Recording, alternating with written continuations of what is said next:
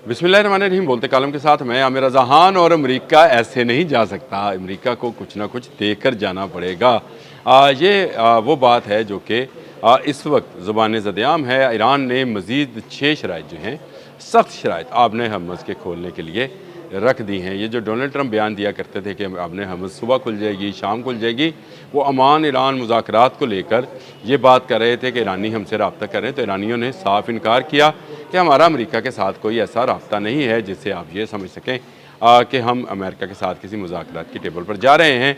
लेकिन अगर आपने हर्मुज़ खुलानी है तो फिर 6 शराइत जो है उनको पूरा करना होगा। पासदारान इनकलाब की जानिब से ये 6 शराइत जो हैं ये पेश कर दी गई और उसको पूरी दुनिया के मीडिया ने हाईलाइट भी कर दिया। यानी अमेरिका अगर जाना ही चाहता है, जिस तरह से मैंने कल भी एक व्लॉग किया था जिसमें मैंने बताया था कि अमेरिकी जनरल ने भी कहा कि हम जंग के ज़रिए ईरान से शराइत जो हैं तस्लीम नहीं करा सकते, मुज़ाकरात की टेबल पर जाना होगा और कशीदगी को कम करना होगा, यानी अपने घोड़ों को पीछे खींचना होगा वापस, ताकि जो मामलात हैं उनको तय किया जा सके।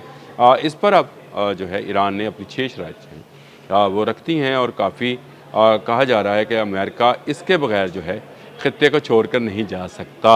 और ये शराइत जो हैं उसमें एक चीज़ ये भी बता दूँ कि इसमें न्यूक्लियर शामिल नहीं है, यानी न्यूक्लियर के जो उनके प्लांट्स हैं, पावर प्लांट्स हैं, वो शामिल नहीं हैं, क्योंकि अमेरिकी मीडिया के मुताबिक अमेरिका पहले ही उससे जो है वापस भाग चुका है कि अब वो न्यूक्लियर की बात नहीं करता, सिर्फ आबने हर्मुज़ की बात करेगा। डोनाल्ड ट्रंप पर ये इल्ज़ाम भी आयद होना शुरू हो गया कि उसने इतनी बड़ी जंग न्यूक्लियर साइट्स के लिए की, लेकिन अब उससे वो बैकआउट कर रहा है, यानी पीछे भाग रहा है। और अब जो पहली शर्त है वो बता दूँ, 6 शराइत जो हैं उनका भी बताऊँ कि वो क्या हैं। पहले ही बहुत सख्त शर्त है और वो है धमकियों और तौहीन का ख़ात्मा। यानी डोनाल्ड ट्रंप जो वो ट्रुथ सोशल पे पेड मैसेज जारी करते हैं पूरी दुनिया के लिए कि अब मैं उड़ा के रख दूँगा, मैं उसकी जो है सकाफ़त और तहज़ीब को तबाह कर दूँगा, मैं ईरान के लोगों को ईरान दुनिया से मिट जाएगा, फिर पता नहीं क्या। आपको अगर 28 फरवरी से पहले और 28 फरवरी से चंद दिन पहले और उसके बाद 40 रोज़ा जंग के दौरान और अभी ये हालिया जो सारा फेज़ गुज़रा 7 जुलाई के बाद, उसके तमाम बयानात को आप ज़रा सामने रखें। लगता ऐसे था जैसे आज नहीं तो कल, कल नहीं तो परसों जो है ईरान को तबाह बर्बाद कर दिया जाएगा। लेकिन हर मरतबा ईरान की तरफ से ऐसा जवाब आया कि फिर अमेरिका खुद ही लाजवाब हो गया। डोनाल्ड ट्रंप को वापस मुज़ाकरात की तरफ भागना पड़ा। उन्होंने कहा ये सिलसिला बंद होना चाहिए, ये जो है कि आप पर हमला किया जाएगा, आपको ये किया जाएगा, ये किया जाएगा, मुज़ाकरात पर आएँ तो ये नहीं चलेगा। यानी धौंस धमकी धांधली वाला मामला जो है यहाँ पर आपको ख़त्म करना होगा। फिर उसके बाद है कि जंग का मुस्तकिल ख़ात्मा, यानी अमेरिका हमेशा हमेशा के लिए जो है वो निकल जाएगा और अपने इलाके में मौजूद जो इत्तेहादी हैं उनको भी जो है ख़त्म करेगा। और इसके साथ साथ इसराइल को कहेगा कि वो जो उसने शाम, लेबनान और इराक़ में उधम मचा रखा है उसको भी वो ख़त्म करेगा। गज़ा का इलाका भी जो है उसमें भी अमन कायम होगा। ये अमेरिका इसकी गारंटी करेगा और इसराइल को मनाएगा। उसका इत्तेहादी है, उसके कहने पर ये जंग करने के लिए आया था, अब उसको जो है वो करेगा। फिर उसके बाद आता है जी बहरी नाकाबंदी और फ़ौजी इनखला। वो जो तमाम अड्डे हैं, पहले उसकी बात कर लेते हैं, जो मिडल ईस्ट में अमेरिका ने बना रखे हैं, उससे इनखला करेगा। यानी इसकी फ़ौजों को जो है वापस किया जाएगा और उससे उसको वापस बुलाया जाएगा फ़ौजों को, यानी उसको अमन की हालत में लाया जाएगा। यानी इस बात को समझे कि जब जंग के हालात होते हैं तो आप फ़ौज की तादाद में और अपने वेपनरी सिस्टम्स की तादाद में, जो कि इंटरसेप्टर्स हैं या अटैकर्स हैं, उनमें इजाफ़ा फरमाते हैं। तो इस इजाफ़े को भी आपको कम करना होगा, अमन के दिनों की सूरत में वापस लाना होगा। अड्डे बिल्कुल खाली या ख़त्म करने का मामला नहीं है, लेकिन आप उनको उस जंगी माहौल से बाहर निकालेंगे और उसको अमन की सूरत में रखेंगे ताकि आइंदा जो जंग है, जंग वो ना हो।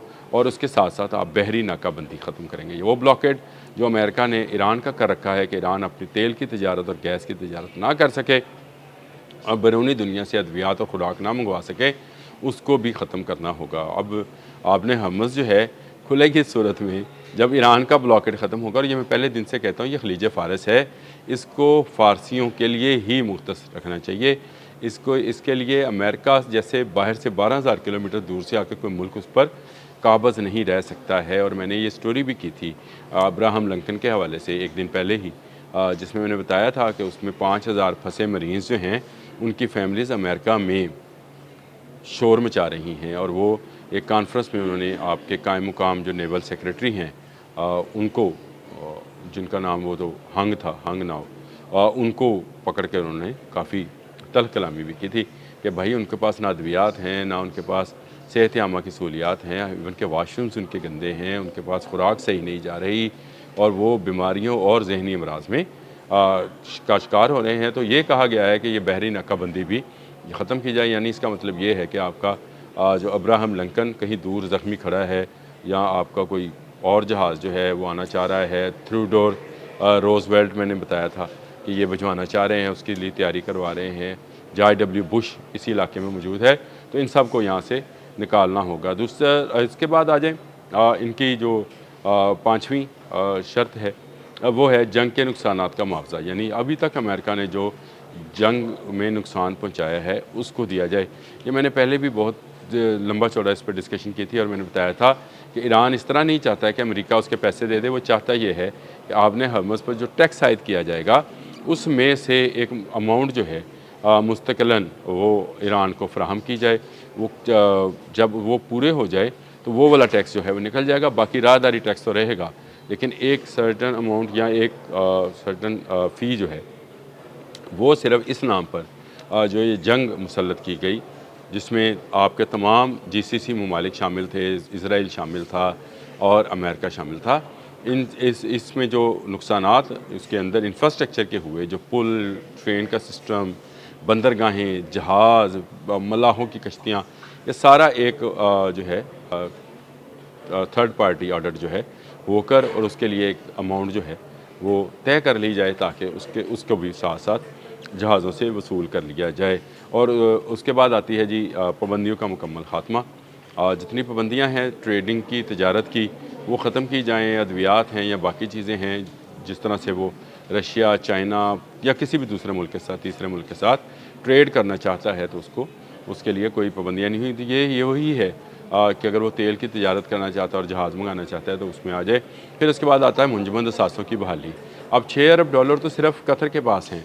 वैसे तो ये 24 से 25 अरब डॉलर हैं जो कि अमेरिका के पास भी हैं, लेकिन शुरू में ये बात तय हुई थी जब इस्लामाबाद टॉक्स हुई थी कि कतर के $6 अरब जो हैं उनमें से पहली किस्त $3 अरब जो है पहले 30 दिनों में दी जाएगी, उससे अगले 30 दिनों में अगले $3 अरब दिए जाएंगे और उसके बाद मरहलावार एक किस्त की सूरत में अमेरिका बाकी के डॉलर जो हैं मंजमद असासे जो हैं वो हवाले करेगा। ये मंजमद असासों में सिर्फ नकद रकम नहीं है, इसमें गोल्ड भी है, इसमें डायमंड्स भी हैं, इसमें बिल्डिंग्स भी हैं जो ईरानी गवर्नमेंट की थी। ये वो 6 शराइत हैं जो कि अब पासदारानी इनकलाब ने दे दी हैं। भाई भागना ही चाहते हो तो सलीके से भागो, यानी दे दला के भागो। इस तरह से आओ और नुकसान करके चले जाओ, ये नहीं चलेगा। अमेरिका इस जंग से जान छुड़ाना चाहता है, लेकिन अब उसे कुछ देकर ही जान छोड़ना होगी। पासदारानी इनकलाब ने साबित किया है कि अगर साबित कदमी के साथ खड़ा हुआ जाए तो बड़ी से बड़ी ताकत को घुटनों पर लाया जा सकता है। अब तक के लिए इतना ही। अल्लाह।